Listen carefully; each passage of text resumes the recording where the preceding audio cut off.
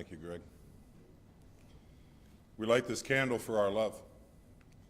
We light this candle that your light will always shine. We cherish the special place in our hearts that will always be reserved just for you. We thank you for the gift that your living has brought to each of us. You are loved. You will long be remembered. Would you come? Scott.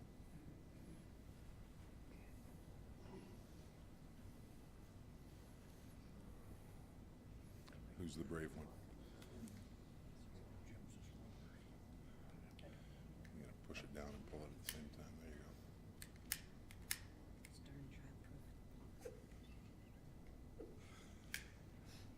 go. I try to make them idiot-proof. There you go. Nice guess. Thank you. Well, on behalf of Grace's family, we welcome you today. We thank you for coming and joining us today to celebrate this life that so many held so close according to the journey of her days. My name is Reverend Philip Smith. I'm honored to be your funeral celebrant today as we gather our hearts to celebrate the life and mourn the passing of Grace Evelyn Hopkins. We're here today to honor her family, her loving son Jim, her loving son Bill and his wife Debbie, loving son Scott and his partner Lisa, loving daughter Barb, her loving son-in-law today, Tony, along with the grandchildren Jason and Lindsay, Sherry, Jamie, Fran, Tony, Amanda, Leanne, Scott, Carly, Elizabeth, Mitchell, and Andrea, and those you love. Her loving sister Shirley and Carol and her husband Brian, along with all those that would make up the extended branches of this family tree. And of course, those who would be called the friends and the neighbors along the journey of her days. And our memories today also encompass those that Grace loved and have gone on before. Her loving husband, John, her daughter, Sharon, her grandson, John, her siblings and in-laws, Bill and Vera, Ross, Jim and Wilma, Betty and Bryce, Barb, Jim, Fran and Jack, Jean and Gordon, all of whom have journeyed on and are now reunited with Grace once more in eternity beyond our sight. And these moments shared today are our opportunity to stop and take some time to honor Grace and the memories that we each hold of her today, the life and the meaning that she brought to each one who has made your presence known here today as well. And we are here today to hear the thoughts, to better understand the values that allowed Grace to care for and support her husband, her children, and her family for some 101 very well-lived years. And as we come together, we demonstrate our care and support of the family today and beyond today as they will step forward into their days ahead.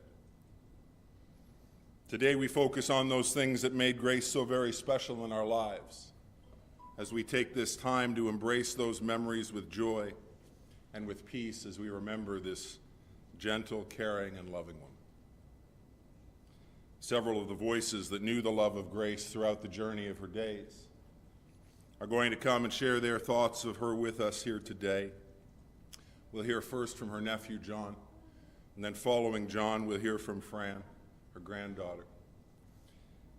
And following those thoughts, we'll hear another selection dedicated to Grace from her nephew, Greg. John, would you come?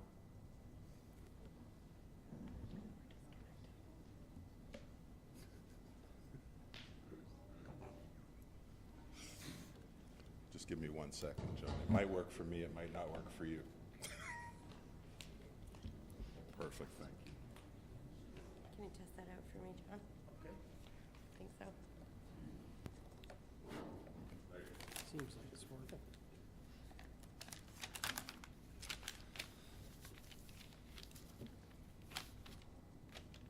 Hello, everyone. I'm honored to be up here to speak a few words about my cherished Aunt Grace.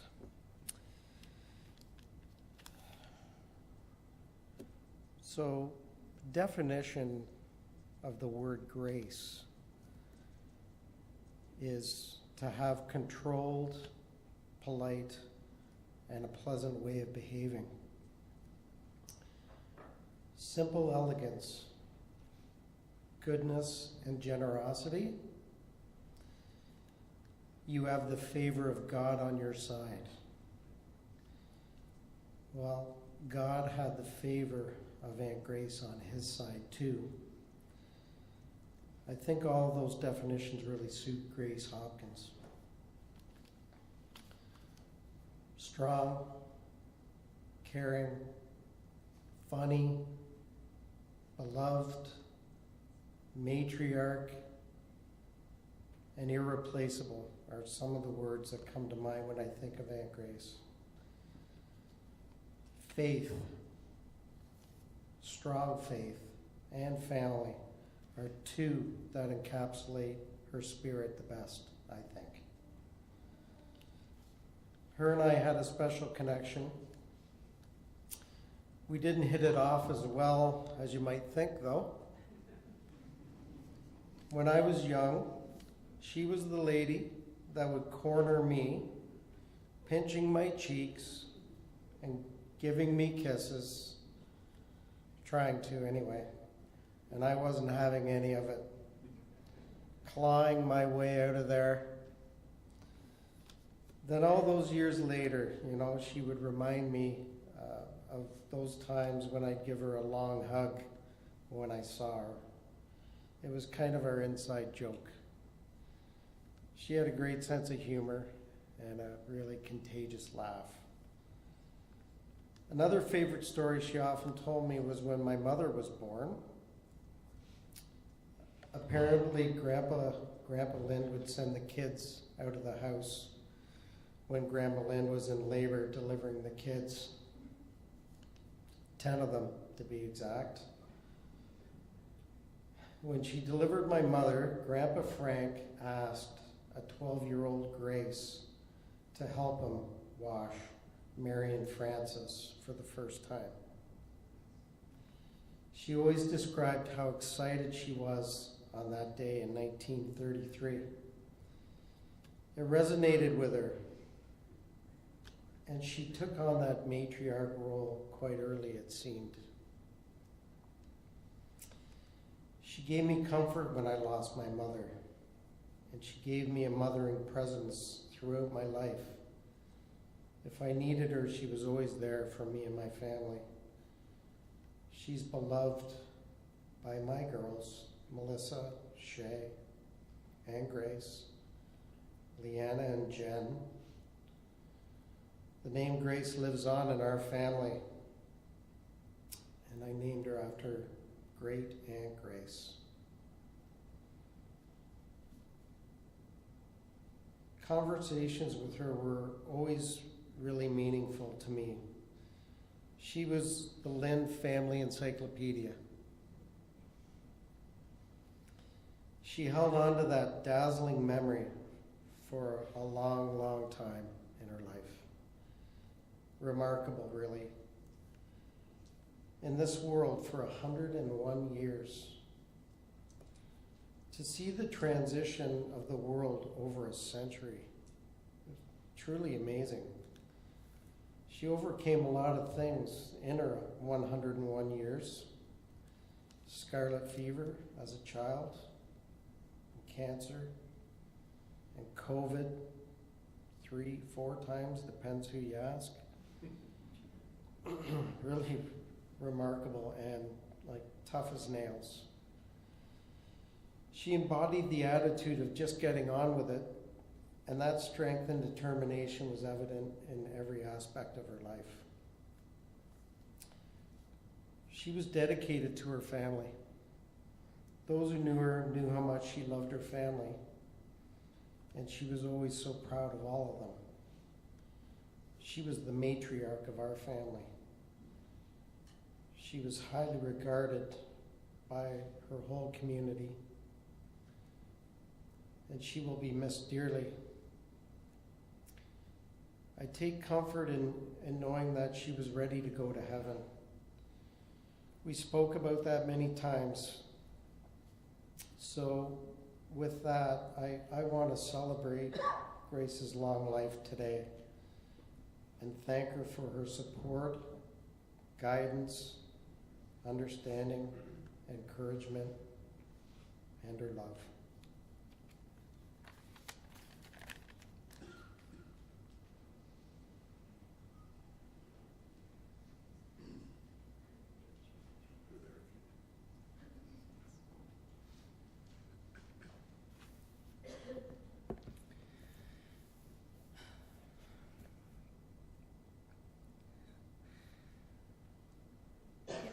Get my Kleenex out already. Grace Hopkins. I could not have asked for a better grandmother. I've had a hard time finding the words to describe the impact Grandma had on my life. It was easy to find the words when I spoke at Grandpa's funeral because the things he taught me were skills. Grandma taught me a few skills too, like darning socks, knitting, and baking, most of which I don't remember. Her impact was much more emotional and vulnerable. She led by example, always looking after her family. Grandpa would not have survived without her. He didn't even know how to use the microwave until his late 70s. It was never hard to make Grandma laugh or smile. She smiled as soon as she saw me and always had a big hug to give. When she would laugh, one of those good belly laughs, it was contagious. I remember camping at the lot with Grandma, and she would rake the weeds out of the lake. I asked her why she did it. She told me one day the weeds would stop growing back. Today, there are no weeds in that spot. She did what she could to improve the future for her family. I was always excited to go to Grandma's when I was a kid. There were times I never wanted to leave. I remember calling my mom on December 24th one year, asking if I could stay another night. The hill behind Grandma's house was great for tobogganing, as long as you avoided the cow patties. And there was always something warm to drink when you would come in with frozen fingers and rosy cheeks. When Grandma was 80, we went to Lindsay for a girls' weekend and ended up at the go-kart track. I laughed her twice that day, but I was so impressed. We played mini putt there too, and everyone got a hole in one. When Grandma would ask me what I wanted for my birthday, I would always ask for a money cake. The year they started making toonies instead of $2 bills, you would have thought I won the lottery. Grandma always made me feel loved.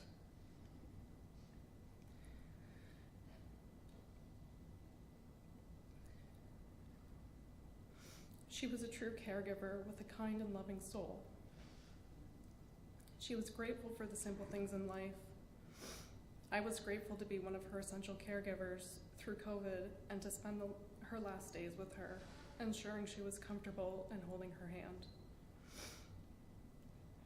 I'm grateful I was given the opportunity to give back a small portion of the love and support and kindness she gave me.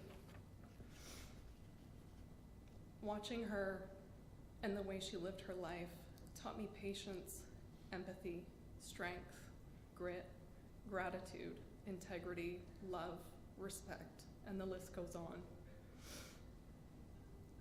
These values are a large part of the character I have today.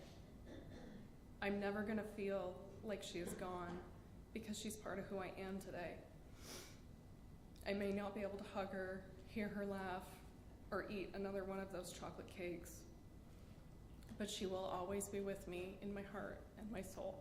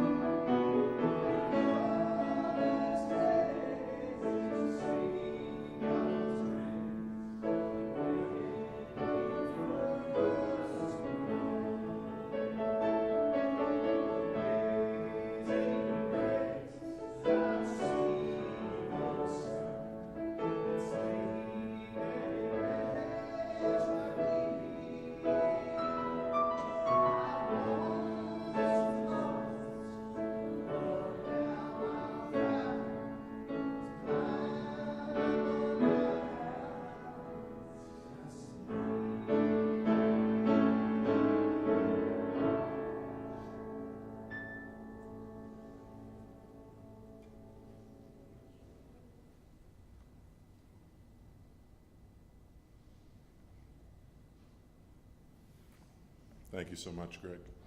Would you like to go on the road? We can make this. The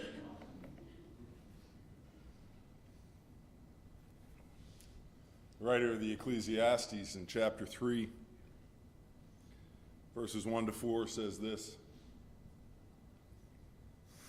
"For everything there's an appointed time, and an appropriate time for every activity on earth. There's a time to be born, and there's a time to die. There's a time to plant, and there's a time to uproot that which was planted. There's a time to kill and a time to heal, a time to break down and a time to build up. There's a time to weep and a time to laugh, a time to mourn and a time to dance. And this time that was the life of Grace was ordained by God for her time to be with us, these 101 years. And when we look at the whole of this scripture, the outline of her life lived is very truly clear and vibrant within its pages. For so many who were here today, to share in the memories and the life and the love that you've been given and walked in and shared beside Grace over your lives together. For some of you, those moments are a lifetime of memories. Moments and memories that have spanned from the first moments that Grace and John would welcome you to their arms, call you their own children, and love you in the way that Scripture tells us that God loves his own children. And for others, those moments and memories may not be as vast, yet they are certainly emblazoned in your heart and life and call you to recall those moments, those times when together you have laughed and enjoyed the warmth of her hugs, the wonderful aroma that would come from within her kitchen, the grace of family time shared around a Christmas meal or an Easter dinner, the grace of a birthday cake with your name on it and her love baked deep inside just for you. And perhaps your memories are of those times that you simply watched and learned what it meant to love and care for others with your life. A daughter for her parents, a wife for her husband, the love of a mother for her children, her grands and great-grands as well. And how those lessons would undoubtedly enter your heart and remain there even now as you can call upon them and say thank you for the giving that her life has given and those unspoken values that you watched as you saw her heart and life in this world. And whether you were blessed to be a child, a grandchild, a sibling, or some distant branch of this family tree, a friend, this 101 years of love and life that Grace lived and gave from to each of you, it's a lifetime that would first see its first moments found in reach, just down the road and just down the field from where you might see Winfield Farms today. It would be the 10th of November in 1921, as Grace would be welcomed to the love and care of her parents. She would be one of 12 children born to her mother, and yet only 10 would survive the realities of birth a century ago. Grace, being one of those 10 children, would be welcomed to the edges of that Lind family table. And for life, the Linds was a hands-on experience from day one. They would live on a working farm, and with those realities would often come the chores that come along with that lifestyle. The girls would not be spared from those realities, to be certain. And Grace one day would be asked by her mother to help her deal with some chicks that had not survived their birth. Little Grace would be a helpful little girl, even in those days. She would be glad to help Mother dispose of those chicks. And as Mother handed them to them, Grace had never been in this situation before, and the task was new. And so she would improvise, you might say. She would proceed to dig a little trench out in the back garden for those chicks. Deposit the chicks in the trench and then cover them with dirt. Seems like a logical solution to me and a well thought out one for a young mind to come up with. That was until her mother came out to see how she was doing in the field. I was amazed that Grace had indeed buried the chicks, but only up to their necks.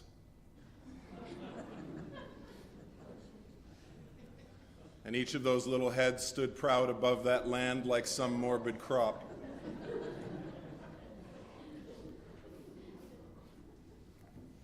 It may have been shortly after this point in Grace's life that her grandmother Agnes would introduce her to the concept of God. And that would help build the influence into her days that would follow.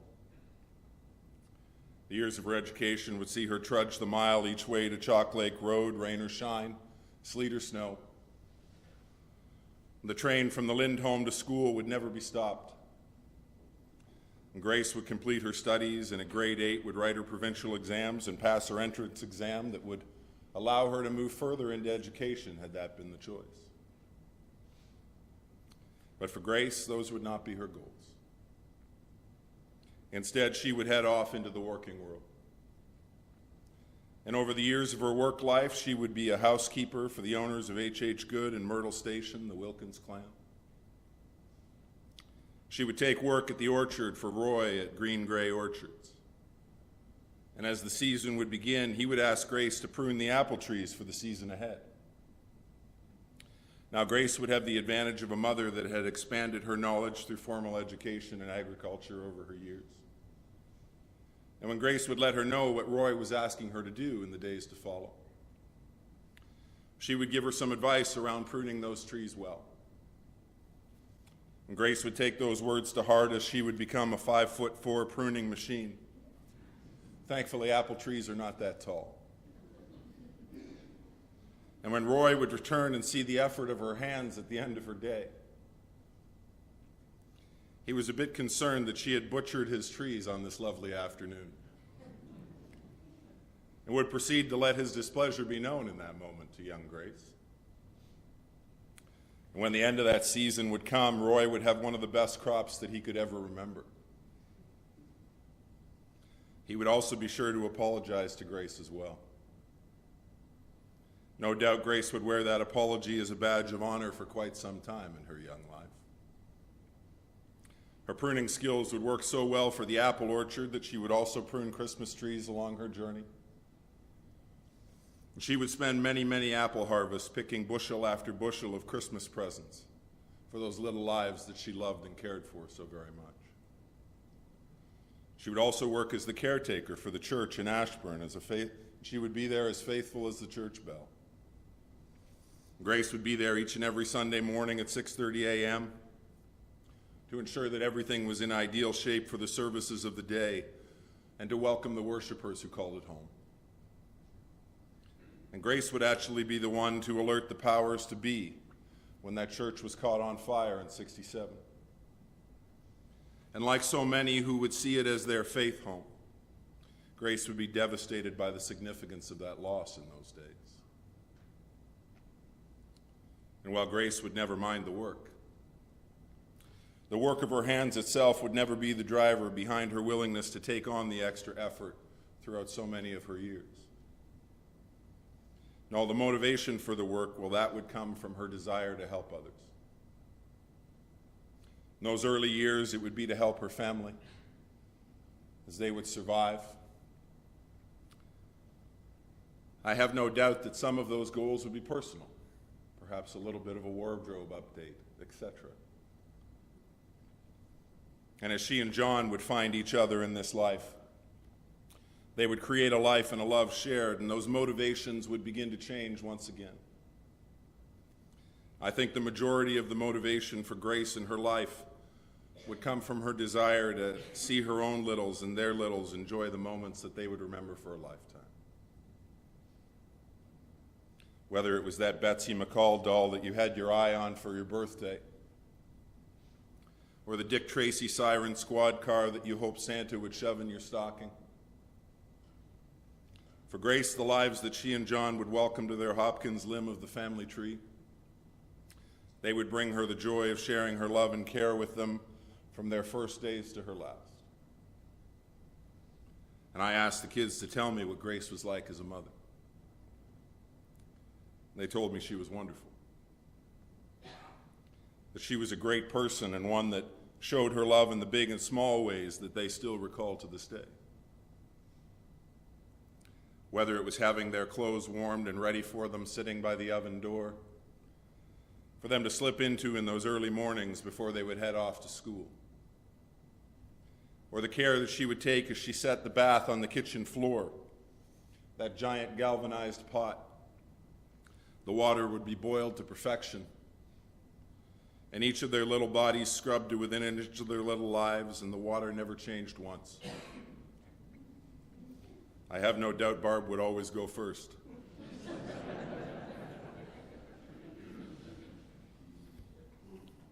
Now, sometimes bath night would get a little out of control. Like the Saturday night that Barb and Bill would streak from their house all the way to the Ashburn General Store down the road. I mean, it was only 3 houses away, but for little legs, it must have felt like miles of freedom shared. To this day, Bill still carries the nickname Willie as a result. I made that up.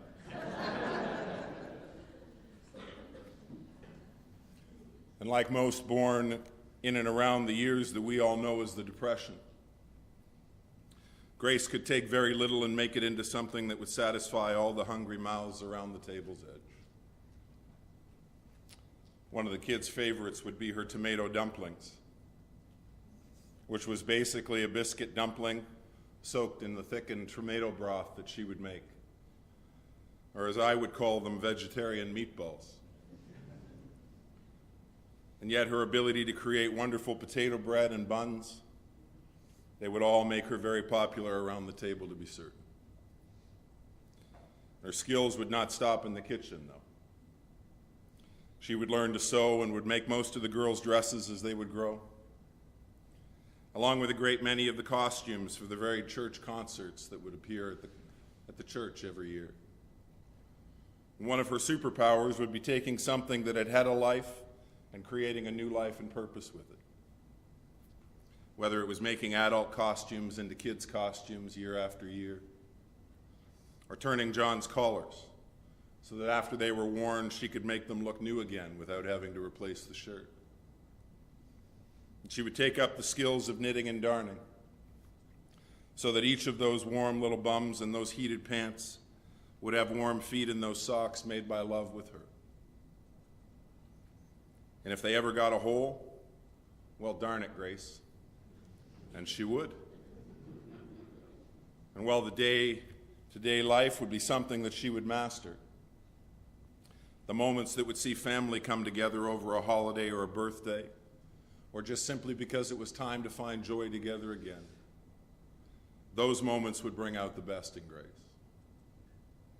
As she would love those times shared with the extensions of her family, the times that would see her welcome friends as well. And in her lifetime, Grace would hold some great friendships. Folks like Joyce and Lena, Wilma, Jean, and Joan, they would all make the cut. They would all bring brightness to those moments that they would share with Grace and vice versa. And the kids would look forward to that Christmas morning adventure of opening their stockings, as they would find the treats within that would fill it, especially the oranges that would show up at that special time of year. For Scott, that hunk of coal, but likely only one year in particular, right, Scott? Yeah. Likely the year he decided that he would want to go to Brooklyn on his own. And so he would hitch a ride on the rear bumper of the neighbor's car as it passed the house. The old man living next door who had a crick in his neck and was completely unaware that there was a small child on the back of that car. And off he went. And Grace, losing her mind as she was told what was happening, with no car at hand to chase them down, she would proceed to make her way to the roadway and flag down a passing neighbor and explain the issue. And as she hopped in that car, she would yell, "Follow that car." Now, thankfully for Scott and for Grace, the old guy was a horrible driver. Scott could have likely slept on the back bumper of that car with how slow he was driving. So Grace, in pursuit, would easily overtake and secure her boy and bring him home to safety once more. Did she cover for you on that one, or was that a dad moment? I don't even think I got in trouble. Well, that's good. She was just probably happier to have you home. Yeah. Yet as the kids would grow, each would find their own paths to follow. Those values of family still keep them tethered to their love of her, though. And whether it was a meal shared with those faces she loved round the table once more, or the adventure that they would see as she and Barb would camp across this big, beautiful land of ours from coast to coast, to enjoy the adventure and share the joy of spending time with her sister and Jean, along with the cousins or two that they would meet along the way. She and John would even make that trip together as well, only they would fly. Well, let's say Grace would fly. John would sit in an airplane seat and hold on for 4 hours each way as he reacquainted himself with the man upstairs. It would be John's only flight in a lifetime. And while she would not travel too far from home, she would never be at a loss for company. What with the welcome of her 14 grands over the years and the joy of being able to call each of them hers and revel in being their grandmother. And then again, as they would go on to bring that leveling up to great-grandmother status 16 times over, ensuring that she would earn every one of the best grandma mugs that she ever received to be served. And with each passing year and the addition of each new life to her journey, Grace would hold each firmly in her heart and her mind. She would remember the birthdays, the anniversaries, the special moments. And without fail, she would ensure that you felt her love in those moments that she would want to celebrate alongside each one of you. And in return, they would each hold Grace in their hearts. They would show her that love and support that each felt for her. A love that Grace had demonstrated for each of them throughout the years of care and tenderness that she would lay into each of their lives. And for Grace, the foundation of that love would come from her love as a mother, grand, and great-grandmother. Yet her years of finding a seat in the house of God would keep them in her heart and mind, as she would no doubt pray for their lives for years as well. And look for God's guidance in His Word, so that she would be a constant source of that love and wisdom that each life of faith would unfold before her and allow her to draw from when it was needed most. Times such as family coming together to bid farewell to a husband, a father, and a grandfather, as she would do for John in 2005. Her own loving daughter, Sharon, her grandson, John. Or the myriad of times she would walk those steps of loss with her own siblings and their partners over these last several years. Her faith and her family, they would both be there to walk those steps alongside her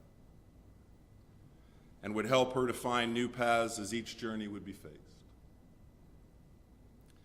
And even as her own health would shift over these last several years, her abilities to do the things that once came easily, now a little more labored. Yet that first love of music would continue to be a constant in her days. Her joy at hearing the hymns that she loved so greatly. The welcome of Dean Martin and Bing Crosby in the timeless version of O Holy Night, a favorite of hers. Those things would all bring her joy. And a joy that would be seen in her days. She would never walk those days alone, as she would welcome the love and support of her children and theirs as well, the love and care of her siblings, the staff of Thornton View, the residents that would keep her company, who would welcome her with care and joy. Many even noting to the family that they wished their mother had been a lot more like Grace. Each there to support and share their love for her in each step taken. Steps that would lead us to the 15th of this month of December in the year 2022. some 101 trips around the sun from where it would all begin. And as Grace Evelyn Hopkins would take that final step in this life that would separate her life from our own, she would journey on to know peace and the welcome of those she had loved and longed to see once more. My friends, in moments like these, our inclination to walk these steps in sadness is a natural part of our journey. Yet as we look to the text we read earlier from Ecclesiastes, we note that he broadens his words to include so very much of what life might be. And yet the end of the message, the last lines, are the ones that we need to hold on to today as we move beyond these steps. He says that there's a time to weep and a time to laugh. There's a time to mourn and there's a time to dance.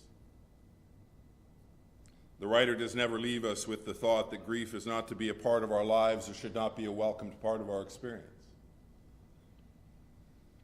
That we should feel any less than perfect for our desire to remember with sadness the moments, the love, and the care that we shared with Grace. But rather, he says, take that time to weep. Take that time to mourn. But never lose your ability to laugh or the joy that makes you dance. Even Grace would not want any of us to stop finding those moments of warmth, love, and happiness in our lives. I have no doubt she would be overjoyed in herself to see you find the laughter and the reasons to dance once more in your own days to come. This life that Grace would live would not be one that was just based on love, but one that was based on the strength of her convictions as well.